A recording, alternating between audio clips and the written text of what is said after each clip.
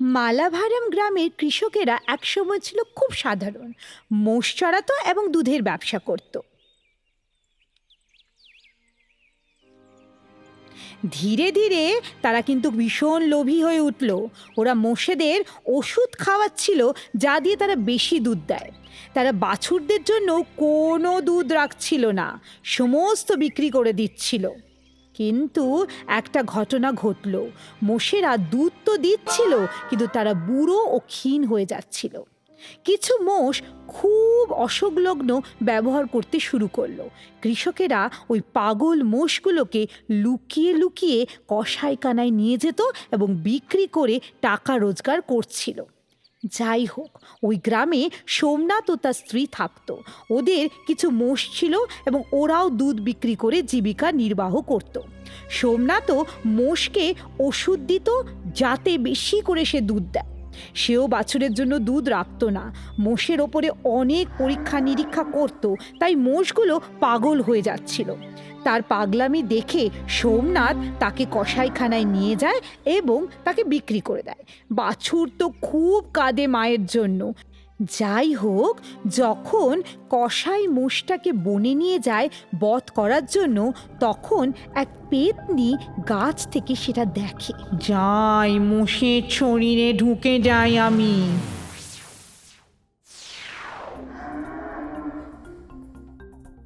এই বলে সে মোষের শরীরে প্রবেশ করে। যে না পেতনি মোষের শরীরে ঢোকে, মোষ তো শিং দিয়ে সব কিছু এদিক ওদিক করে চলে যায় নিজের বাছুরের কাছে।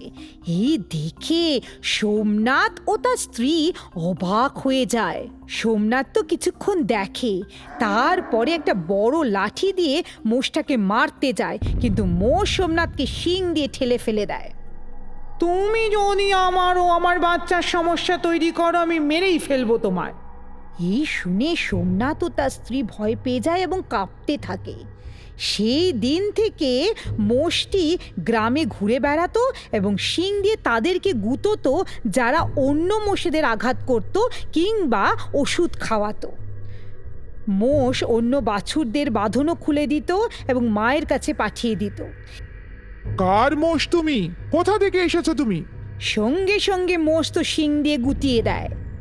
সবাই তখন সোমনাথের বাড়িতে আসে আর বলে, সোমনাথ, ও সোমনাথ, তুমি কি জানো তোমার মোষ কি করছে? আমাদের মোষগুলোকে বিরক্ত করছে আর আমাদের শিং দিয়ে গুতোচ্ছে। তারা তো সব বলে। শুনে সোমনাথ ও তার স্ত্রী খুব ভয় পায়।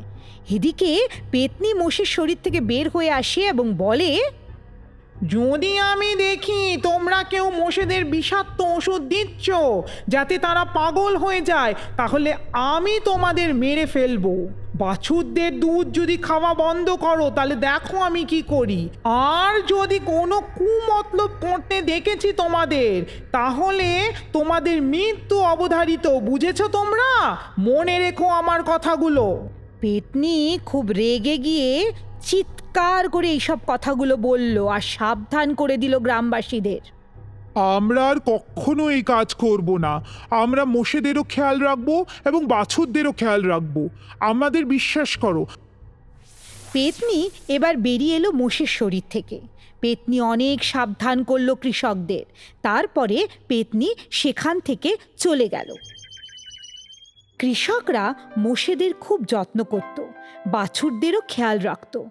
কৃষকেরা ভালো দুধ বেচে সকলে খুব আনন্দে গ্রামে থাকতে লাগলো। বহু যুগ আগে সূর্য নামক এক যুবক থাকত। তার কেউ ছিল না, তাই তার বিয়েও হয়নি। সে কিন্তু সবাইকে সাহায্য করত, কিন্তু কেউ তার সাহায্য করত না, তাই সে খুব দুঃখ পেত। একদিন সে ভাবল যে সে বিয়ে করবে, তাই সে সবাইকে বলল তার জন্য একটা পাত্রী খুঁজতে, কিন্তু কেউ তার জন্য খুঁজে দিল না। মনের দুঃখে সে ভাবতে লাগলো যে সে কি করবে। কিছু না ভেবে একদিন সে ভাবল সে চলেই যাবে গ্রাম থেকে। এক দুপুরবেলায় সে হাঁটতে হাঁটতে চলে গেল বনে। সেখানে গিয়ে এক গাছের তলায় সে বসলো। যখন গাছের তলায় বসলো, সেই সময় গাছের তলায় এক দম্পতি শ্রীরাম আর কমলা এসে উপস্থিত হলো। যুবক, তোমার নাম কি? কোত্থেকে এসেছো তুমি? আমি অনাথ, আমার বিয়েও হয়নি, তাই পাত্রী খুঁজছি। আপনারা কোনো পাত্রীর সন্ধান দেবেন? চিন্তা করো না, আমরা নিশ্চয়ই তোমার বিয়ে দেব। সূর্য তো খুব খুশি হলো। শ্রীরাম কিন্তু মনে মনে মতলব আঁটল। কিছুক্ষণ পরে শ্রীরাম সূর্যকে আবার জিজ্ঞাসা করলো। একটু জল এনে দাও না গো। সূর্যকে ওখান থেকে সরিয়ে দিয়ে শ্রীরাম কান্তাকে বলল, আমরা আমাদের ছেলের জন্য পাত্রী খুঁজছি না, কিন্তু আমাদের ছেলেকে তো কেউই বিয়ে করতে চায় না। চলো সূর্যকে নিজের ছেলে বলি এবং একটা পাত্রী জোগাড় করি। তুমি কি পাগল হয়ে গেলে নাকি? আমার ছেলে থাকতে আমরা অন্য কারোর জন্য কেন পাত্রী খুঁজবো? বোকা, তুমি কিচ্ছু বুঝতে পারো না। আরে সূর্যর জন্য পাত্রী খুঁজছি, বিয়ে তো দেবো নিজের ছেলেরই। হা হা হা হা হা হা হা। সেই সময় এক ভূত ছিল সেখানে, এক পাথরের মধ্যে আটকে। সেই ভূত সবকিছু শুনল।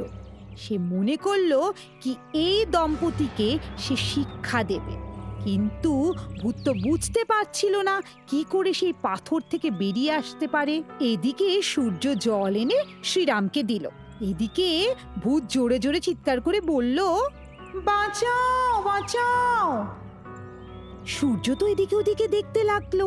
তখন শ্রীরাম তাকে বলল,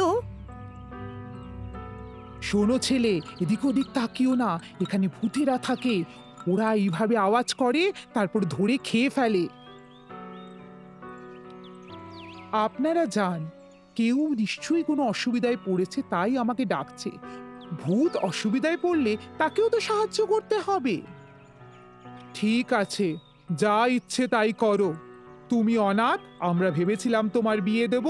তুমি যদি আমাদের কাছে আসো তবেই আমরা তোমার বিয়ে দিতে পারবো। এই বলে তারা তো চলে গেল। সূর্য দেখলো পাথরের তলার থেকে আওয়াজটা আসছে। সে সমস্ত শক্তি দিয়ে পাথরটাকে সরালো। সঙ্গে সঙ্গে এক ভূত বেরিয়ে এলো সেই পাথর থেকে। আমাকে না একজন এখানে বন্ধ করে দিয়েছিল। এইখানে একটা আংটি পড়েছিল, লোকটা বলল আংটিটা বের করতে। যেই আমি বের করতে গেলাম আমাকে বন্ধ করে দিল। আপনি আমায় বাঁচালেন, আজ থেকে আপনি আমার বন্ধু।